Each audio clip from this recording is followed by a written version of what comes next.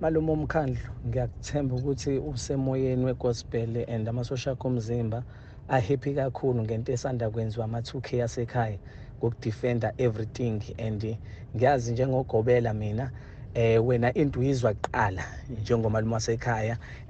esingesikwazi ukuqala izinto engekho njengomuntu okuyena osifaka esibongweni okuyena oshunqisa impepho yaseNingizimu Durban Natal. Yazi ngihlela wena Fruitman, ngivuka manje ngiyaphaphama manje njengoba kuyintatha,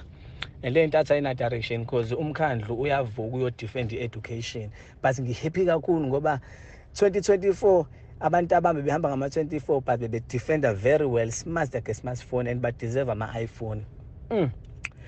But khona into eyenzakalayo, iy'dalwa zomdanso ngathi ivume kakhulu because khona enye into eyenzakalayo. Yazi kunenye ingoma le yamalume uFruitman Captain